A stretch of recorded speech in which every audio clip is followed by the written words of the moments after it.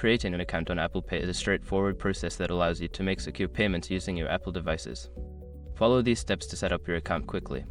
Step 1. Open the Wallet app. Launch the Wallet app on your iPhone or iPad. This app is pre-installed on your device and is where you will manage your payment methods. Step 2. Tap on the plus sign. In the Wallet app, look for the plus sign plus in the upper right corner. Tapping this will start the process of adding a new payment method. Step 3. Choose your payment method.